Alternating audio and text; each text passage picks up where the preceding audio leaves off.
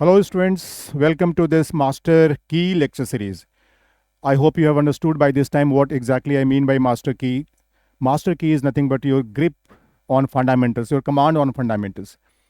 और खास करके फिजिक्स की बात करें तो इसमें जो फंडामेंटल्स हैं, फंडामेंटल्स बहुत ज़्यादा नहीं होते हैं।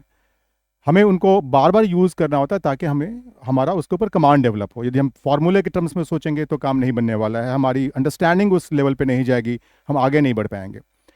तो आज के इस पहले लेक्चर में यानी कि मास्टर की लेक्चर सीरीज के पहले लेक्चर में जो टॉपिक मैं डिस्कस करूंगा वो होगा, बहुत ही बेसिक सा चीज़ है, that is geometrical law of vector addition.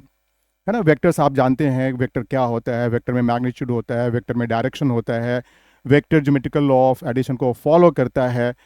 अब इसके पहले कि मैं थोड़ा आगे बढ़ूं, मैं एक छोटी सी चीज़ आपसे कहना चाहूँगा कि देखिए, अक्सर बच्चे ये सोचते हैं कि या कहते हैं, कंप्लेन करते हैं कि क्लास में तो समझ में आ जाता है, या वो जो वीडियो लेक्चर सुना था वहाँ पे तो समझ में आ गया था, बट पता नहीं घर पे जब आते हैं तो क्वेश्चन सॉल्व नहीं होते हैं। तो सच्चाई ये है कि ऐसा नहीं होगा कि आप वहाँ पे समझें और अचानक वो आप में एबिलिटी आ गई कि आप भी उसी ईज से, जिस ईज से टीचर क्लास में प्रॉब्लम सॉल्व कर रहा था, आप भी उसी ईज से सॉल्व करने लगेंगे। ऐसा नहीं होगा। It requires lot of practice. और यहीं पे हम लोग चूक जाते हैं, यानी कि बच्चे चूक जाते हैं। हम उतनी प्रैक्टिस नहीं करते हैं। थोड़ी सी भी परेशानी आती है तो हम क्या करते हैं कि हम सॉल्यूशन देखने की कोशिश करते हैं, कहीं से हिंट लेने की कोशिश करते हैं, बस प्रॉब्लम वहीं से शुरू हो जाती है। आप ऐसा समझिए कि एक छोटा सा एग्जाम्पल मैं लेता हूँ कि हम कोई वेट लिफ्ट करते हैं। अब डेली लाइफ में मान लीजिए कि हमें ऐसी ज़रूरत ही नहीं पड़ी कभी, कोई एक खास केस की बात करूँ, किसी खास आदमी की बात करूँ, किसी बच्चे की बात करूँ कि उनको ज़रूरत ही नहीं पड़ी कि वो 2 kg, 3 kg, 4 kg, 5 kg, इससे ज़्यादा की कुछ वेट की लिफ्ट मतलब उठाने की ज़रूरत पड़ी हो, राइट। अब सालों गुजर गए, आप मान लीजिए कि उसी टाइप के वेट को उठा रहे हैं। अब अचानक आपके सामने एक 50 kg का वेट आ जाए और आप सोचेंगे कि आप उसको इजीली लिफ्ट कर लेंगे, तो ऐसा नहीं होगा। मतलब ये कि हमारा माइंड जो है वो जिस लेवल तक की प्रॉब्लम्स को लेने वाला है ना, तो हमें उस माइंड को धीरे धीरे धीरे डिफिकल्टी ऑर्डर बढ़ाते बढ़ाते उस लेवल तक लेके जाना है। तो दिखने में जब टीचर क्लास में सॉल्व कर रहा होता है तो चीज़ें बड़ी आसान लगती हैं, समझ में आ गया है ना, लेकिन उससे काम नहीं होने वाला। ये एबिलिटी आपको डेवलप करनी है, और इस एबिलिटी को डेवलप करने के लिए एक ही तरीका है, वो है कि आप अपने माइंड पे लोड डालें, प्रेशर डालें। हाँ, ये दूसरी बात है कि उसमें आप टीचर से हेल्प लें कि वो जो लोड है वो ग्रेजुअली इंक्रीज करें, यानी कि जो प्रॉब्लम आपको दें, प्रॉब्लम का सिलेक्शन ऐसा हो जो कि आपको फ्रस्ट्रेट बहुत ज़्यादा नहीं करे, ऐसा भी नहीं हो कि आपका सब्जेक्ट से रुझान ही हट जाए। ठीक है, तो आप शुरू करते हैं इस geometrical law of vector addition को। Geometrical law of vector addition बहुत बेसिक सी चीज़ है ना। डिस्प्लेसमेंट आप जानते हैं। अब सपोज एक पार्टिकल एक पॉइंट से चलना शुरू करता है ना, और इस पॉइंट से चलता चलता वो मान लीजिए कि यहां पे पहुंचता है, तो ये उसकी पहली डिस्प्लेसमेंट हो गई S1। और उसने कहां से चलना शुरू किया था, लेट्स से कि उसने A से चलना शुरू किया और B पे पहुंचा। अब वो B से चलना शुरू करता है और C पे पहुंचता है, राइट। ये डिस्प्लेसमेंट हो गया S2।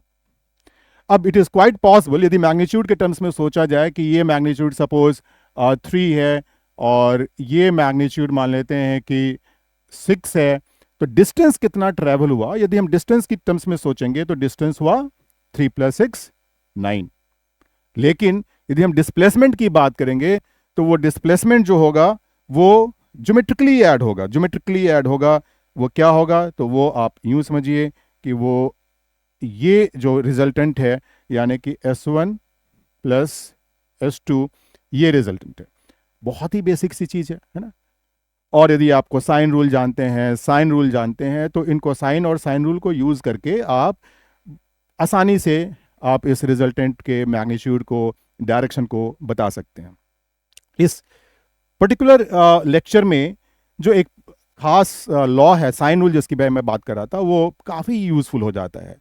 और साइन रूल है क्या, थोड़ा सा वो भी समझ लेते हैं कि किसी भी ट्रायंगल में, किसी भी ट्रायंगल में, यहाँ पे एरो देने की ज़रूरत नहीं थी मुझे, तो मैं एरो को हटा देता हूँ और फिर से उसी डायग्राम पे आ जाता हूँ।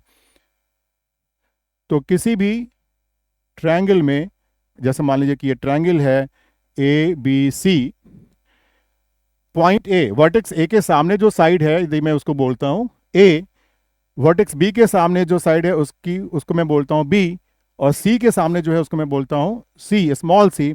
तो जो साइन रूल है वो क्या कहता है कि ये एंगल, यदि मैं इसको एंगल ए बोलूं, तो मैं कह सकता हूं कि A upon sine of angle A, similarly this is equal to B upon sine of angle B, and that is equal to C upon sine of angle C. So this is true for any triangle. और इस sine rule को आप यदि याद रखेंगे, समझेंगे, और मैं ये नहीं कहूँगा कि आप रटें, जब आप मैथ्स कर रहे हैं तो डेफिनेटली आप इसको समझने की कोशिश भी करेंगे, डिराइव करने की भी कोशिश करेंगे कि भाई ये आया कैसे।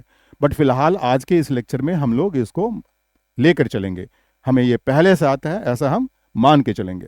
ठीक है, तो बात आगे की करते हैं अब। तो आपको geometrical law of vector addition क्या होता है, साइन रूल क्या होता है ना, ये आप अच्छे से समझ चुके हैं। दो काफी पॉपुलर इक्वेशंस हैं जो आप नाइन्थ में भी पढ़े होंगे शायद। ये दूसरी बात है कि आपने उसको वेक्टर फॉर्म पे नहीं देखा होगा उस टाइम पे, लेकिन आपने पढ़ा नाइन्थ में भी होगा। और खास करके हम लोग जब यूनिफॉर्मली एक्सिलरेटेड मोशन की बात करते हैं वहां पर ये इक्वेशन यूज होता है। तो what is that equation? For uniformly